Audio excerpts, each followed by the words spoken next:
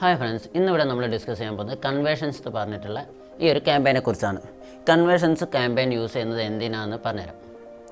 നമുക്കിപ്പം ഒരു e-commerce website ഉണ്ടെങ്കിൽ അതിൽ പേയ്മെൻറ്റിൻ്റെ ഓപ്ഷൻ ഉണ്ടാവും. പേയ്മെൻറ്റ് ഓപ്ഷൻ വരെ എത്തിയിട്ട് പേയ്മെൻറ്റ് ചെയ്യാണ്ട് തിരിച്ചു പോയ ആൾക്കാരുണ്ടാവും.